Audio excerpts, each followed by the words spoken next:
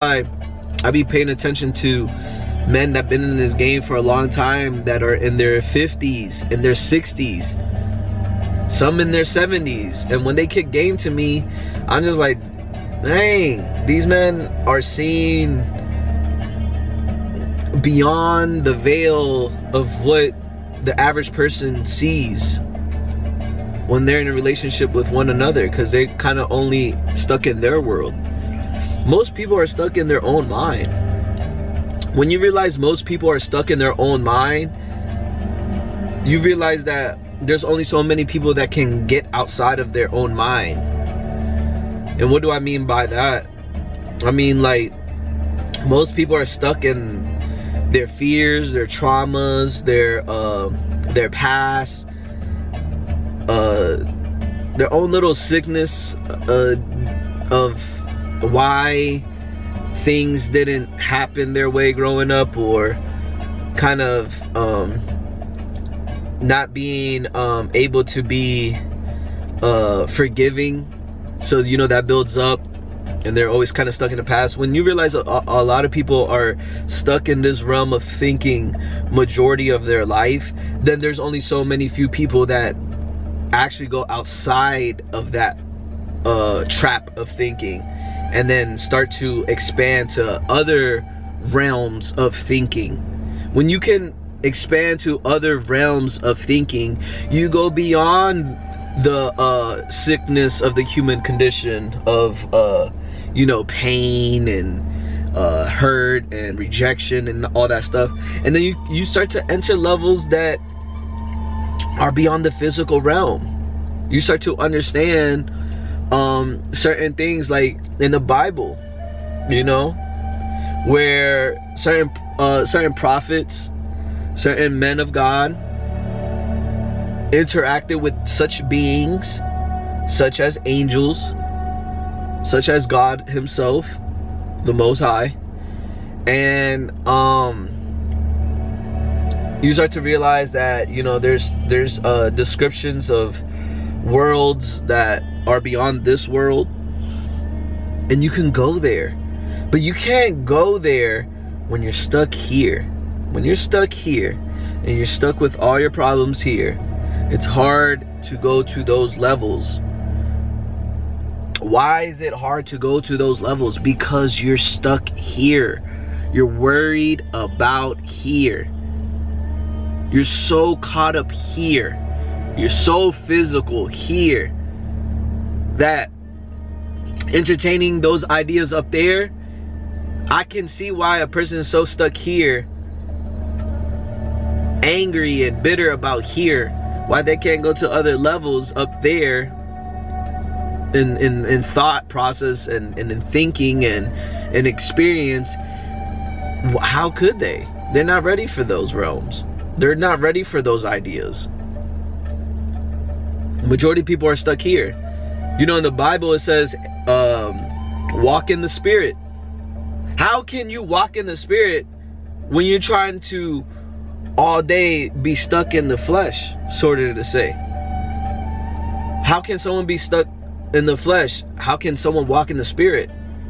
Well, you got to look at that for a second. You got to be like, all right, how does someone walk in the Spirit while still being, you know, intact with their flesh? It is thoughts. It's thoughts. It's a daily process of thoughts. It's a daily process of consciousness. When I say thoughts, I mean, it's like, what are you, in your mind, what are you entertaining? There's no difference between entertaining crap out here and entertaining crap in here. Someone out here can see someone else entertaining crap out here, but really where the real gem, where the real practice, where the real test or the real experience starts to happen is, what are you entertaining up here, where no one can see, no one can look at, only you and yourself.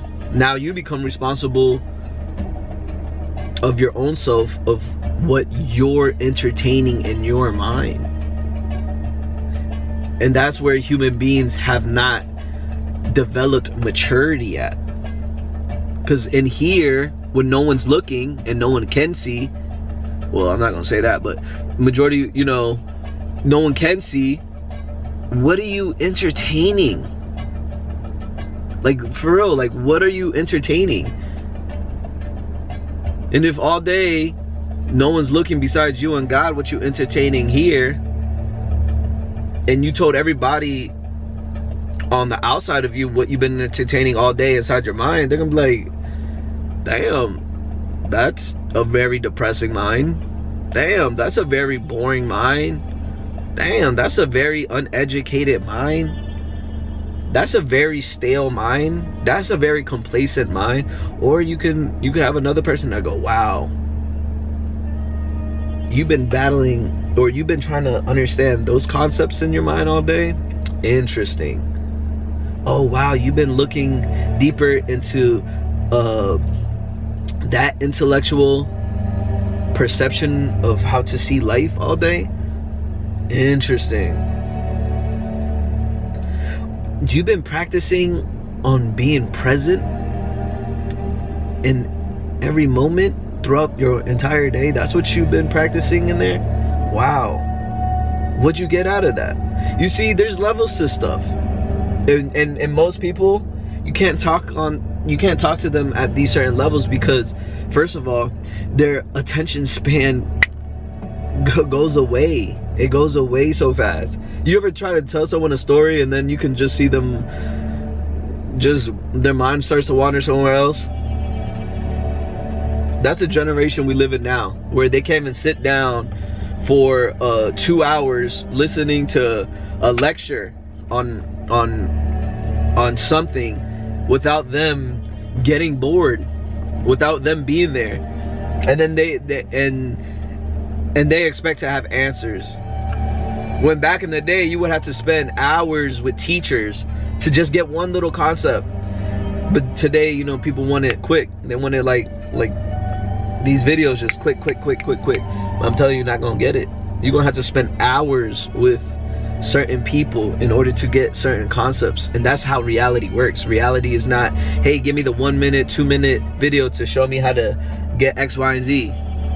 Hey, this is a 5-minute video on how to get rich. That's how people see everything.